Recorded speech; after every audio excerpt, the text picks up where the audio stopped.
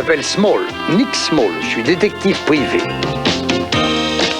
Et voici mon associé Chip Fry, un petit gars à la hauteur. C'est également l'avis de ma fille Phoebe qui trouve que Chip est un type extraordinaire, surtout depuis le jour où, au cours d'une enquête de routine, un fâcheux incident de laboratoire lui causa un petit problème. Par chance, le docteur Anarati du laboratoire de la police réussit à contrôler la situation. À présent, c'est à nous de garder le docteur Anarati sous contrôle pour éviter les hauts et les bas d'une profession qui, somme toute, ne manque pas de grandeur.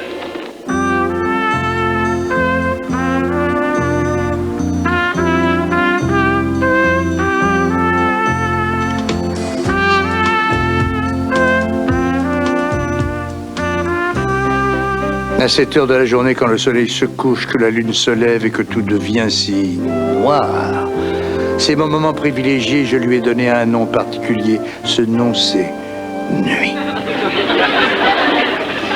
Il est encore dans les nuages? Tu veux vraiment pas venir au cinéma avec nous? Mais j'ai pas besoin d'aller au cinéma, ma vie est un film passionnant. Un film, ta vie? Un film d'horreur, alors? Pourquoi ne viens-tu pas? C'est ce nouveau film de science-fiction. Les Martiens attaquent, celui avec plein d'effets spéciaux, tu sais? J'ai droit à des effets spéciaux tous les jours, moi, avec lui, là. Non, j'ai toute cette paperasserie à mettre à jour, alors. Tu as déjà 3 ans et demi de paperasserie en retard. Qu'est-ce qu'une nuit de plus? Allez, fiche le camp, dépêche-toi. T'inquiète pas pour ton vieux père et amuse-toi bien. Toi aussi? Mais ne rentre pas trop tard.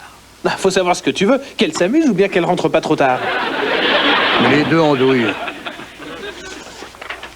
Et c'est maintenant Robinson qui passe la balle à Williams qui tire au but à gauche des poteaux. L'arbitre siffle la fin de cette première mi-temps. Rendez-vous pour la deuxième partie de ce match de Coupe du Monde après cette page de publicité. La porte n'était pas fermée à clé, alors je me suis permis. Tu rêves? C'est réellement toi, Rita? Oui, Nick, c'est réellement moi. Votre haleine fait boum. Je n'avais plus aucune nouvelle de toi, pas la moindre lettre, plus la moindre raison de vivre. Le papier motus aussi léger qu'un cumulus.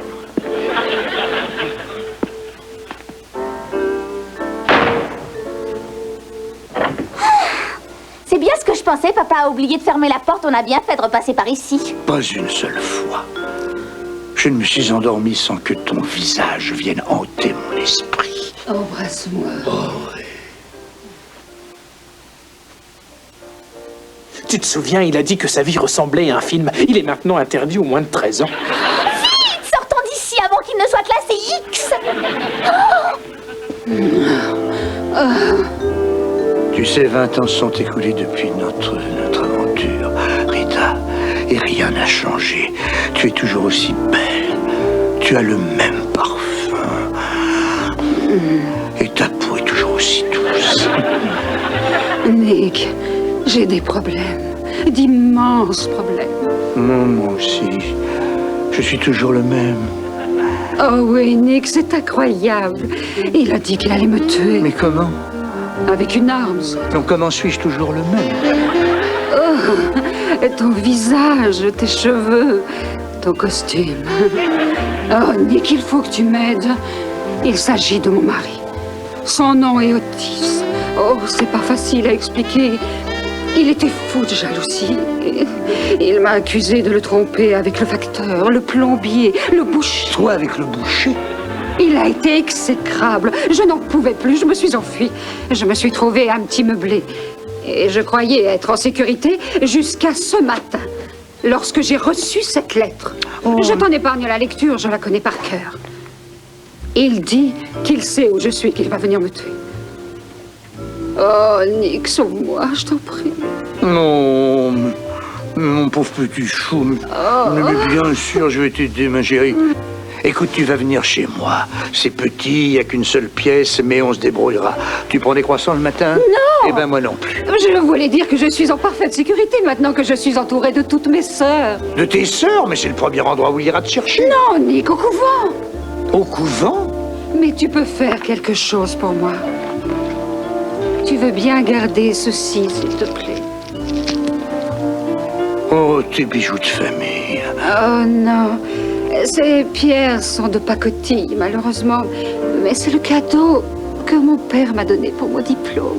Je prendrai soin de ce collier comme si c'était de vrais diamants. Je vais le mettre avec mes timbres. Des timbres? Oui, des timbres.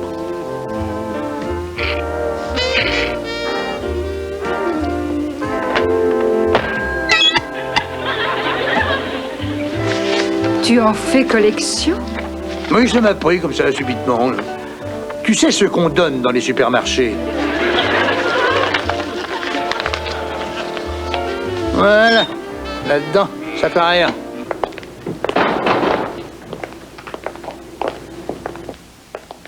Alors, ton vieil ami a mordu l'hameçon? Il a même avalé la canne à pêche. Ça va être plus facile que je ne le pensais de l'amener à tuer Otis. Et une fois débarrassé de mon mari, le collier nous appartiendra, chérie. Dis-moi, si Nick est un si bon ami, pourquoi tu l'entraînes dans un tel traquenard? À quoi serviraient les amis?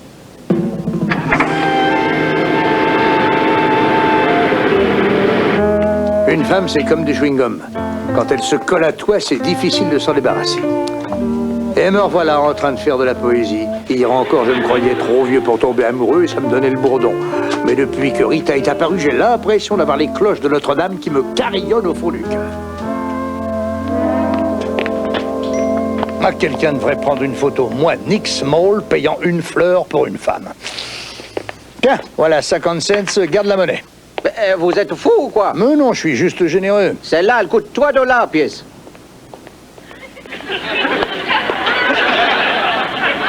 Hé, monsieur!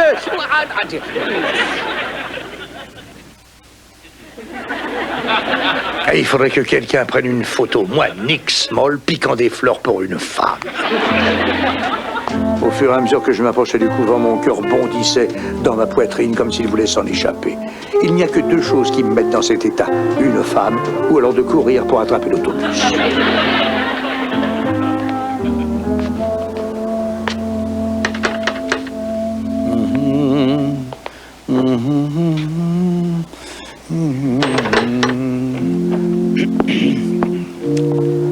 Oui, mon fils. Que puis-je faire pour vous?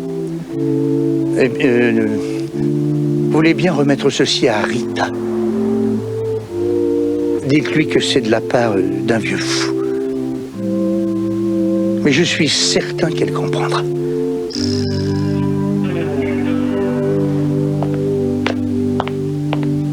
Sœur Rita? Oui, ma mère. Je crois que vous avez quelque chose à confesser.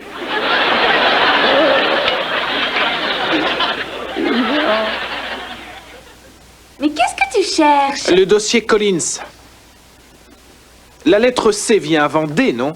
Dans l'alphabet, oui, mais dans ce classement, c'est pas toujours le cas. Quel genre d'affaire était-ce? Incendiaire. Cherche dans les F. Ah, c'est classé à feu. Non, non, non, non, non. Franck, c'est le prénom de Colline, c'est simple. Tu sais, c'est pas dans ses habitudes d'être en retard au bureau. Ah, si je ne me trompe pas, tu lui as bien dit hier soir que tu voulais que ton père ait une vie privée. Oui, mais avoir une vie privée, ça ne veut pas nécessairement dire qu'on laisse tomber sa vie professionnelle. Ce n'est pas la première femme qu'il rencontre.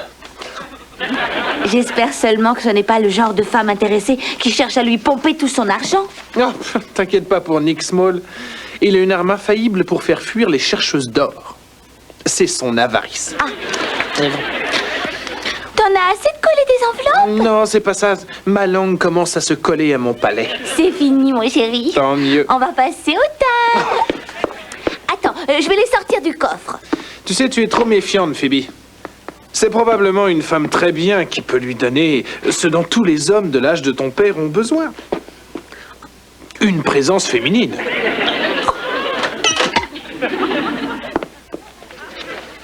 Et de son côté, lui peut lui donner... Des diamants!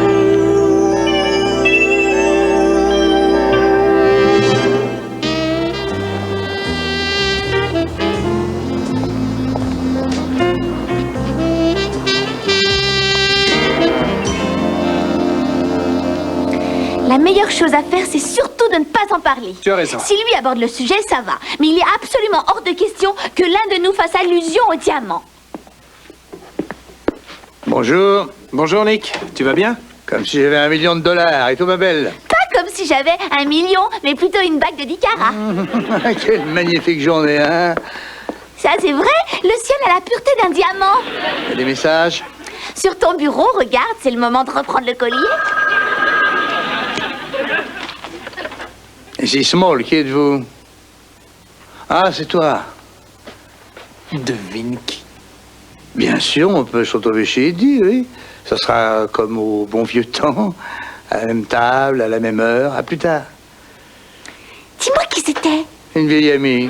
La même vieille amie pour laquelle tu as mis tout au clou afin de lui acheter un collier de diamants. Tu veux dire celui qui est dans le coffre? Combien en as-tu dois acheter? Moi, acheter? Il n'y a que les abrutis qui font ça. Je crois qu'il veut dire qu'il aurait aimé en avoir les moyens. Mais non, c'est pas ça. C'est mon ami qui me l'a confié. Il devrait être dans le coffre d'une banque. Il devrait être dans une pochette surprise. C'est un faux. Et ton ami? C'est une vraie lady.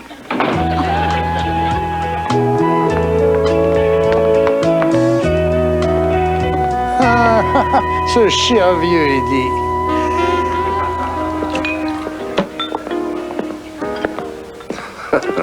Alors Eddie, comment va Trixie? Comment veux-tu que je le sache? Elle m'a foutu à la porte avant-hier. Ah, c'est de nouveau la bagarre entre vous. De nouveau? Oh non, toujours, oui. Elle n'aime pas mes horaires. Mais tu es chez toi tous les soirs à partir de 8 heures. Ben justement, ça la dérange. Eddie, je parie $10 que tu ne te souviens pas du jour où je suis venu dans cette gargote pour la première fois.